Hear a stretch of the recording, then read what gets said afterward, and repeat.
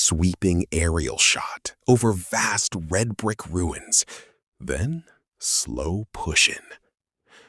Centuries before Oxford, before Cambridge, before Harvard ever existed, there was a place where thousands of students from across the world came to learn.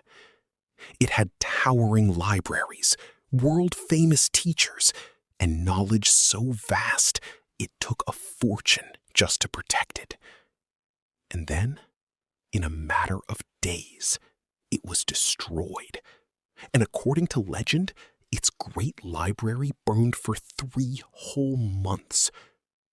This is the story of Nalanda, the greatest university the world forgot.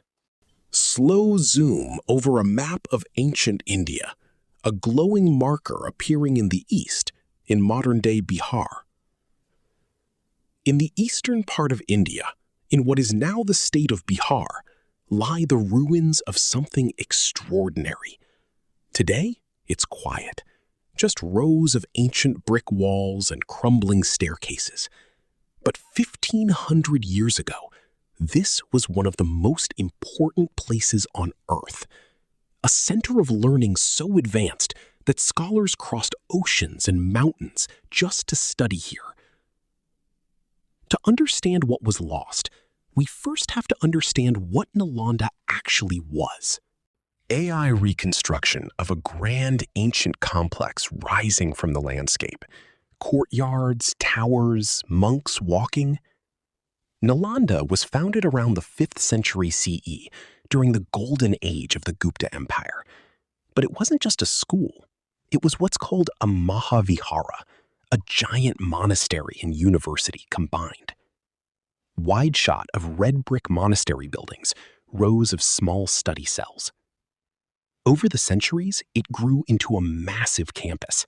Picture dozens of monasteries, temples, lecture halls, meditation rooms, and dormitories, all built from red brick, spread across a huge area, surrounded by a high wall.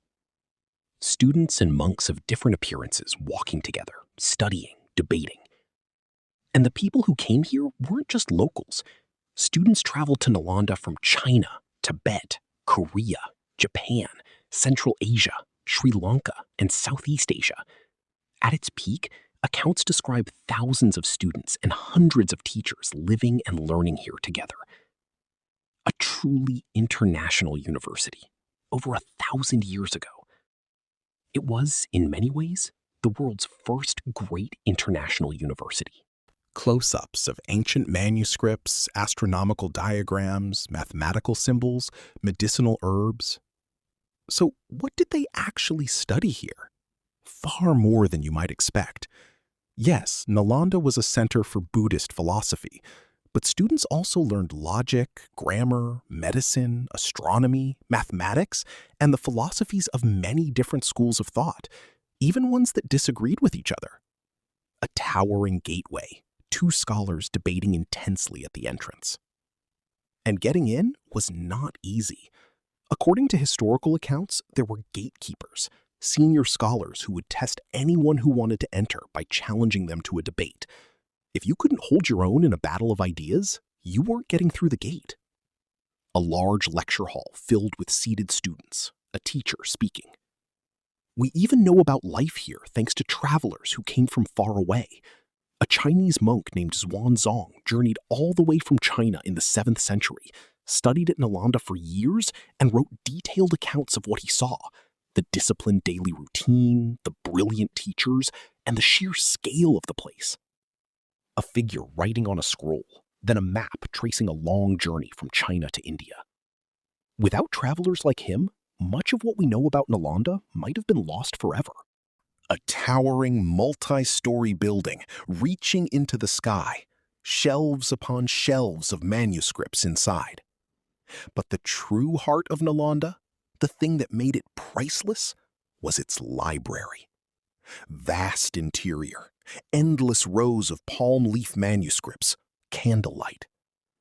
It's said the library complex was so enormous it had its own name and was made up of several buildings, some of them many stories tall. Inside were hundreds of thousands of handwritten manuscripts, covering nearly every subject known at the time. Hands carefully copying text onto a palm leaf manuscript by lamplight. Remember, this was an age before the printing press. Every single book was copied by hand, page by page, over months or even years. Each manuscript was irreplaceable. The library at Nalanda wasn't just a collection of books, it was one of the largest stores of human knowledge anywhere on the planet. Slow pan across the glowing library, music swelling with a sense of wonder.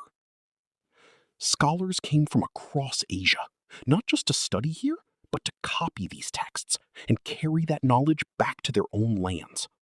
Dark storm clouds gathering over the ruins, ominous music, silhouettes of soldiers on horseback approaching. For around 700 years, Nalanda thrived. And then, near the end of the 12th century, everything changed. Chaos, fire, smoke, people fleeing, buildings crumbling. Keep it dramatic, but not graphic. Around the year 1190, an invading army swept through the region. Nalanda, with its high walls, was attacked. The monks were driven out or killed, and the great buildings were set ablaze. The towering library engulfed in flames, embers rising into a dark sky. And here is the part that haunts historians to this day. According to accounts passed down through the centuries, the library held so many manuscripts, so much paper and palm leaf and ink, that when it was set on fire, it didn't burn for hours or even days. It said it burned for months. Slow shot of ash drifting, then silence over the smoking ruins. Think about that. Centuries of medicine, mathematics, astronomy, and philosophy, knowledge gathered from across the ancient world, reduced to ash.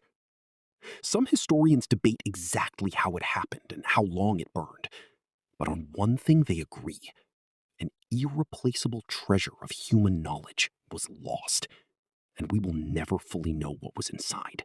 The ruins slowly being swallowed by earth and vegetation, time-lapse style, centuries passing. After the destruction, Nalanda faded. Without its scholars and its library, the once mighty university was abandoned. Over the centuries, the jungle and the soil slowly buried it until it became little more than a series of grassy mounds and a name in old stories. Golden hour shot of the ruins, warm, reflective music, slow drone pullback. Nalanda is a reminder of two things at once: how brilliant the ancient world truly was, and how easily even the greatest achievements can be lost.